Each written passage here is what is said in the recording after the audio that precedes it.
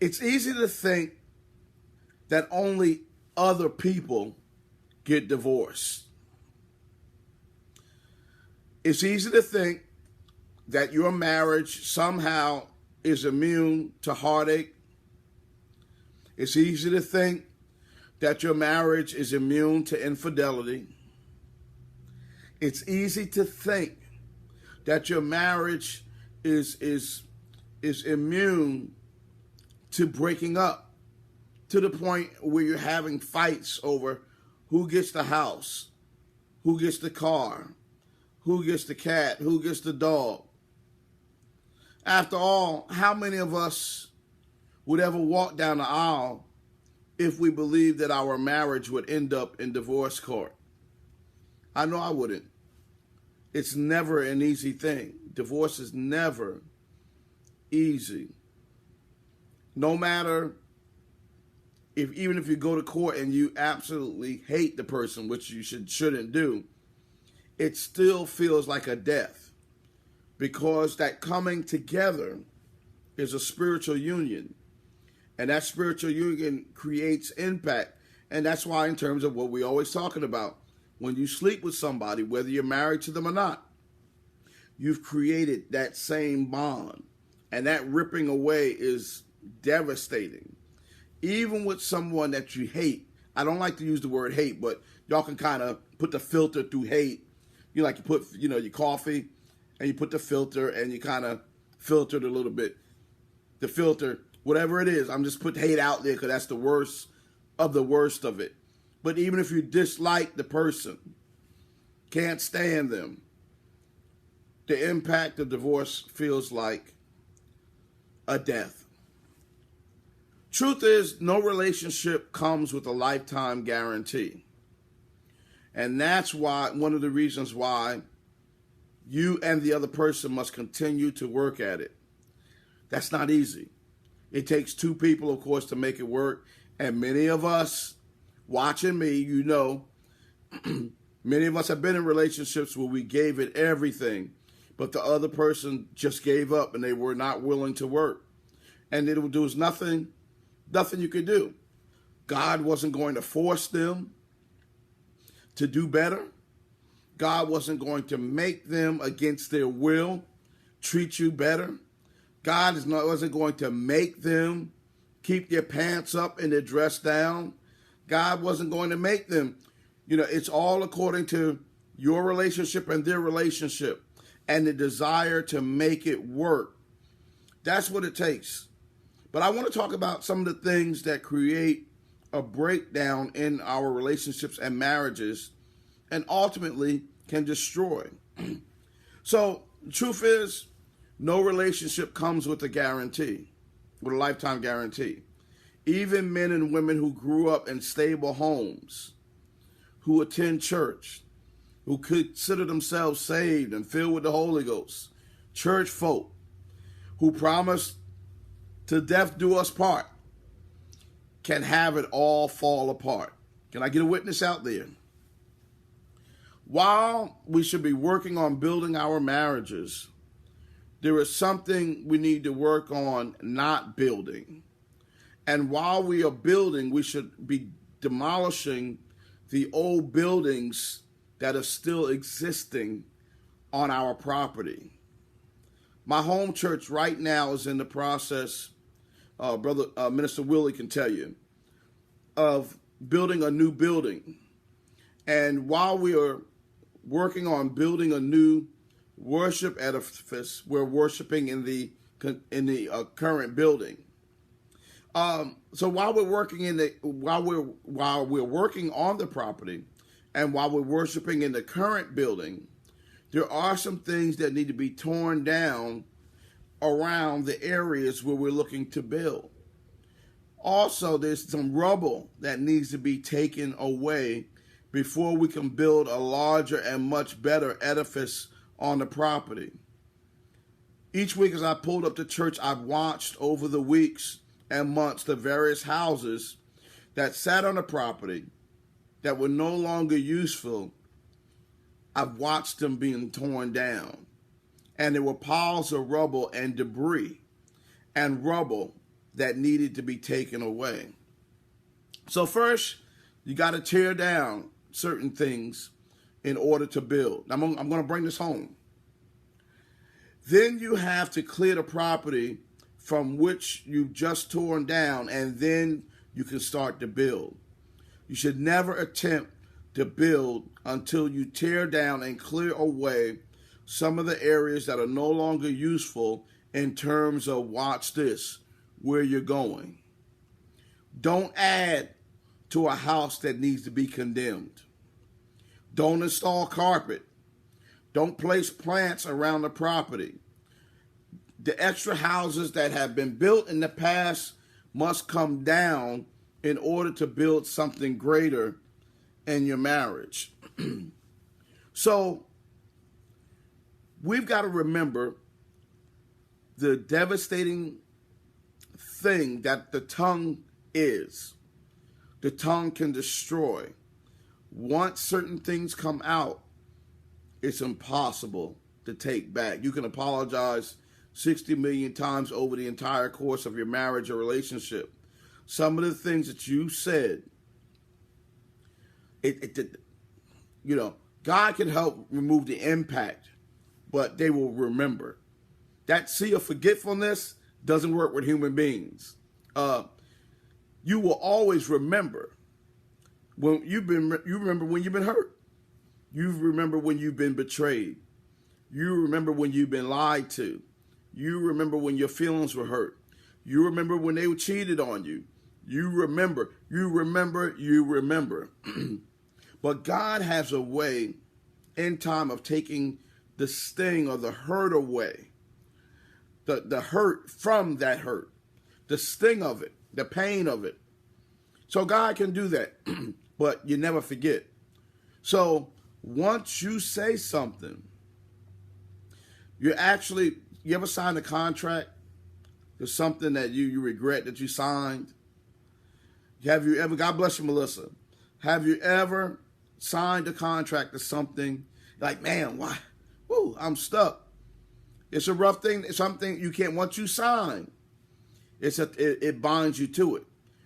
There are certain things that come out of your mouth that if you say them, they're out there. It's a binding thing. It's some things that you've said and that you put out there. If you love this person, there are certain things that you're not going to say. I don't care what you see on TV, what you see other people do. There's just certain things you're not going to do. Pastor David Massey can tell you, we don't call our wives names. Ladies, we don't call our husbands names. Because when you call somebody a name, you're now attaching something to them that's going to stay with them. And in the heat of your anger, you can't convince me that you didn't mean that. You can't convince me that wasn't in your spirit. Nothing just comes out. All right. You all right. Willie Hall, y'all are saying some good stuff tonight. Y'all continue to keep on. If you love somebody, you would not call them a name. I've never. My wife and I were talking about that today. I think it was today or yesterday. She said, honey, you've never called me a name. And I said, right, because I love you. I mean, I'm not going to do that because I know those things hurt. They attach. All of those things, are considered debris on your property. Again, before you can build, anything that you've torn down must be removed from the property. Anything that you've torn down must be taken away from the property before you try to build. You can't build a foundation on garbage. Your marriage is a foundation. It's a continuous thing that you build. When you build a church, an office building, has a start date and a finish date. But the finish date in a marriage is till death do us part. And the person that you're with has to be committed to building the project and to finishing the project. Okay. When you have a disagreement, there's a book called Love and Respect by Dr. I think it's Edgar Egeritz. And it's an awesome book. Kevin Grievous is on tonight. God bless you, my brother. This book, Love and Respect, is an awesome book. Because a woman's greatest need, God bless you, Pastor Massey, a woman's greatest need is to be loved. A man's greatest need is to be respected. I'm going to say it again. A woman's greatest need, I didn't say, because they both, man and women need both, but I'm talking about the greatest need. A man's greatest need is respect. A woman's greatest need is loved, and to be loved, and to feel loved, and to feel like she is loved. This is where the attack comes in. When a woman doesn't feel like she's being loved, she starts to disrespect or not show respect to her man. When a man feels disrespected, he doesn't show love. That's it. Thank you, Sandra, Yvette Paula. That's it, Dr. E. Eggert. So there's a continuous cycle going on. So a woman without love, she reacts. And a man without respect, he reacts. And this thing keeps going on and on and on. And you're building something, but you're building where you should be tearing down. There's some certain things that need to tear down in order for your marriage to work. When you argue, I want to give you some principles. Don't ever feel that you need to win an argument. All right, let me see if I can. 1 Corinthians, the 13th chapter. It says, love endures with patience and serenity. Love is kind and thoughtful and is not jealous or envious. Love does not brag and is not proud or arrogant. That's the part I'm talking about in terms of trying to go in thinking you need to win an argument. That's not love. And you need to check that even when when you find it is starting to rear its ugly head. Love is patient. Love is kind. Love is thoughtful. It is not jealous or envious.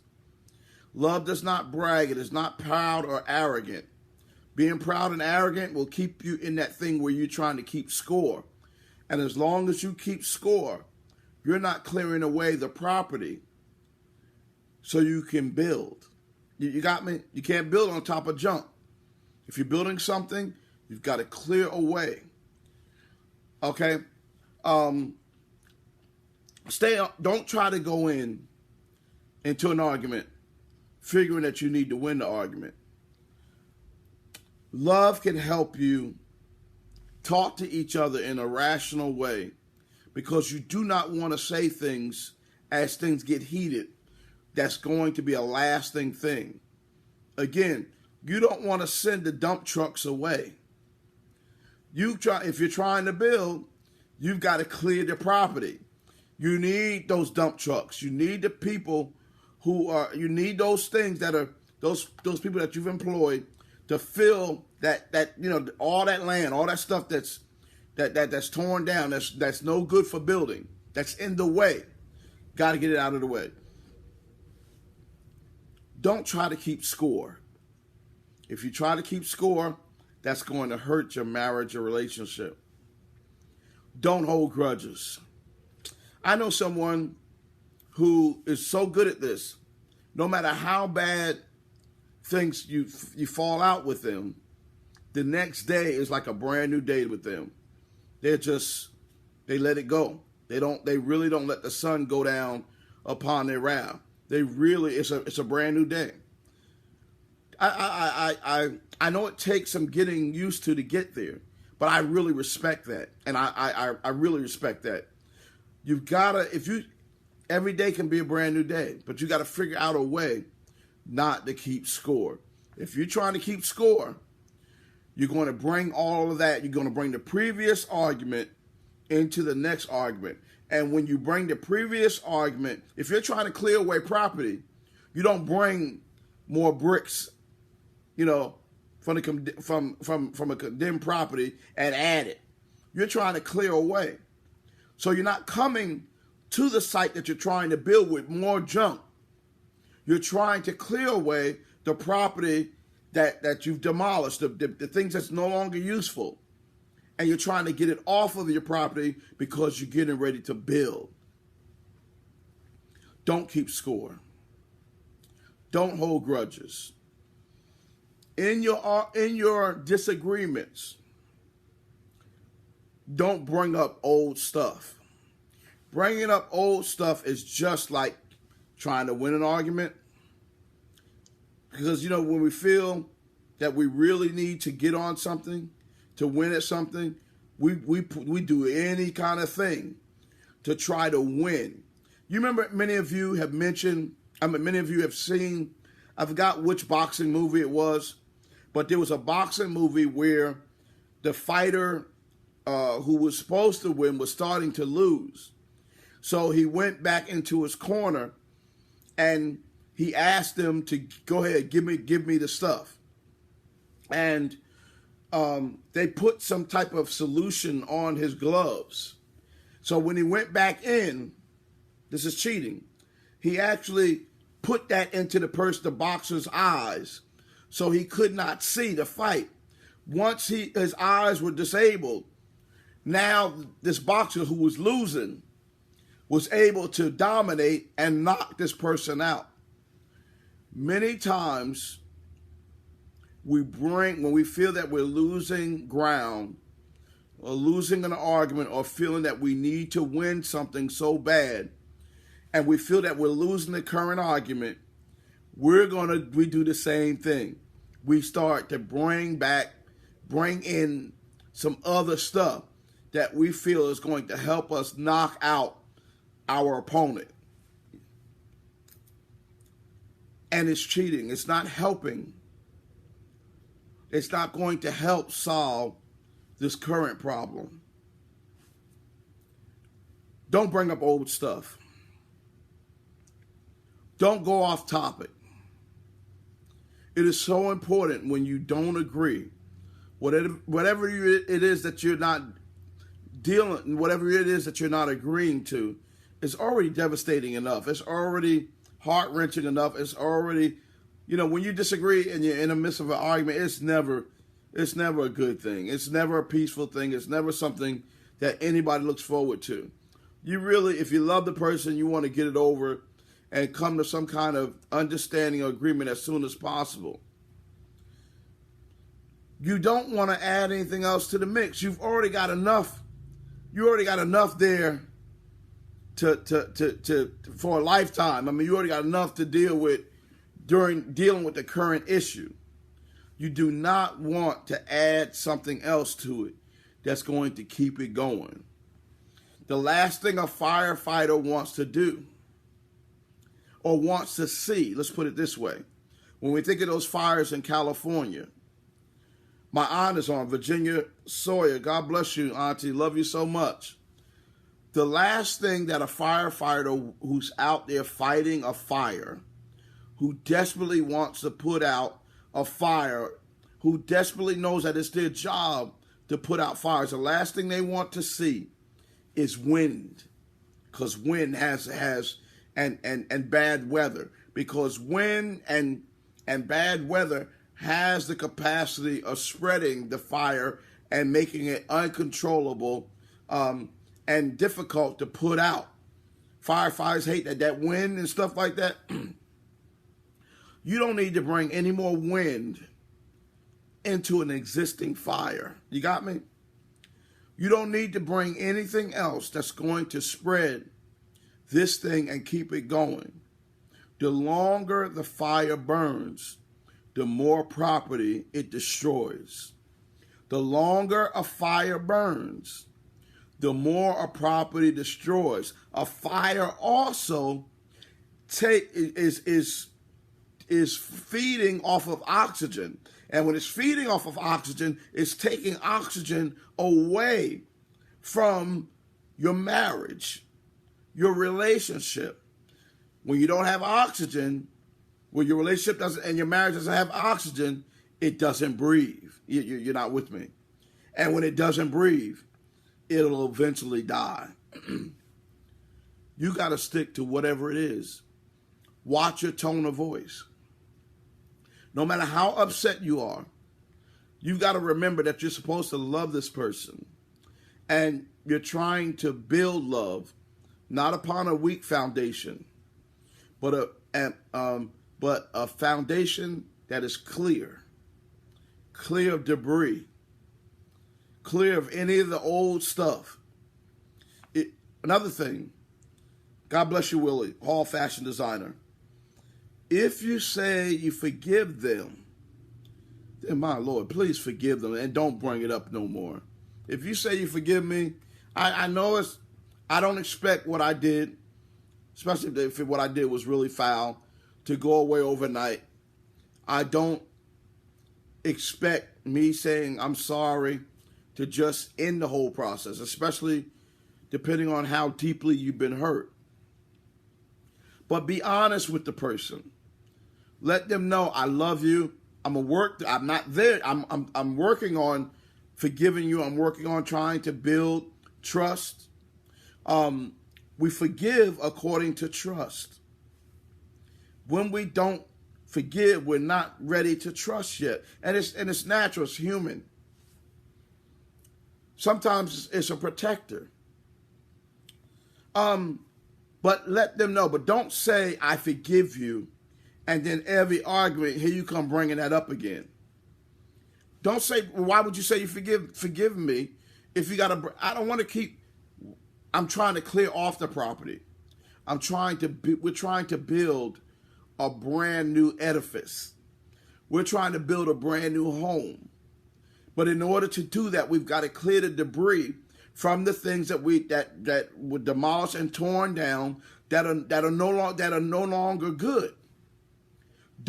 If you're going to forgive me, forgiving me clears the property so we can build. So, ladies and gentlemen, that's what I have for tonight. I want you to understand and think about it. This is applicable for all of us. If you're married, you're going to have a disagreement. You might even have a disagreement before the week is out. If you're in a relationship, you're going to have a disagreement. You might even have a disagreement before the week is out. But you've got to think about what's the ultimate purpose. The ultimate purpose is to build a house on a solid foundation that won't be destroyed by wind, that won't be destroyed by fire. That will be your home. That will be a place that you'll be able to celebrate coming together in love.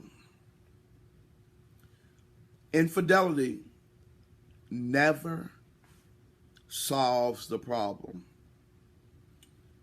It's a quick solution in your flesh to gratify your flesh and to try to smother out some of the flames in your life. But it doesn't put the fire out. And the fire is going to spread. God bless you, Pastor Aaron Cummins. God bless you in your church and your ministry and the things that you're doing. Doing some great things over there at your church. Bless you, man. So remember, what is the ultimate goal here? You've got to continue to build. Have you ever seen people argue on a construction site? The people that are supposed to build are hollering and cussing at each other. You might have seen it in a movie, you might have seen it in real life. When people who are contracted to build something are arguing and fighting and cussing and not agreeing, the building stops. It takes unity and sticking to, here's my Bible, and sticking to the plan according to the schematics, according to the diagram, according to the architect's drawings, to build what you're trying to build. Everything is right here. It's already written out. Infidelity puts a bigger gap. Watch this. Let me say this as I close. Let me talk to the married people right now. You can cheat and your mate never knows about it, but your marriage spiritually will still take a hit.